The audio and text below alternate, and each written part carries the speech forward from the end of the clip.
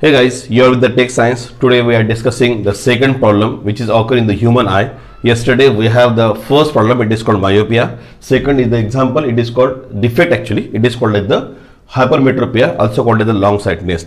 If you observe, there are the three diagrams are in front of you which is drawn on this whiteboard. And the first diagram which shows whenever there is a distant object, means it having the somewhat larger distance with respect to the human eye. What happened here? The object image is created exactly on the retina. This part, it is nothing but called the retina, and the part which is blue in color, it is the eye lens. So for the distant object, the image is created exactly on the retina. Means in hypermetropia, the distant object can be seen clearly. But what about the object which is near to the human eye? So if the object is near to the human eye, when the light rays are passing through this eye lens, because of the converging power get decreases, the image is created behind the retina. Image is created behind the retina, and because of that, the object is not that much of clear for the human eye. So this is what the problem. So what is hypermetropia exactly? So in this you can see clear image, you can see the clear image which for the distant object, but the image is somewhat unclear for the nearby object. This is what the problem, we can say that this is the problem regarding the hypermetropia. Now question is what, how can you solve this problem? Before that I will tell you what are the possible reasons for the hypermetropia. So there are the two possible reasons for the hypermetropia. The first one, the converging power of the eye lens, it get decreases. This is the first problem. The converging power of the eye lens becomes decreases. Why? Because in human eye a kind of muscles is there, it is called ciliary muscles, and these ciliary muscles having the power, it is having the feature. What is that? It is called power of accommodation.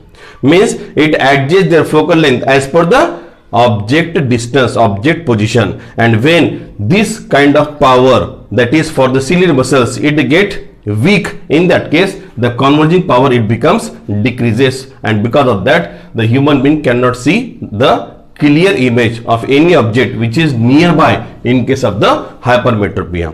And second, the distance between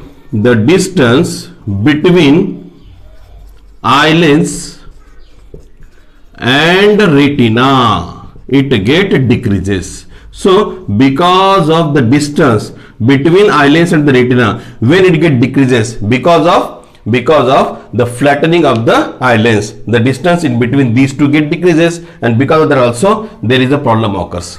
So these are the two possible reasons for the hypermetropia. So what is the solution? Of course we have one solution. It is that you have to use, in any way you have to use the converging power.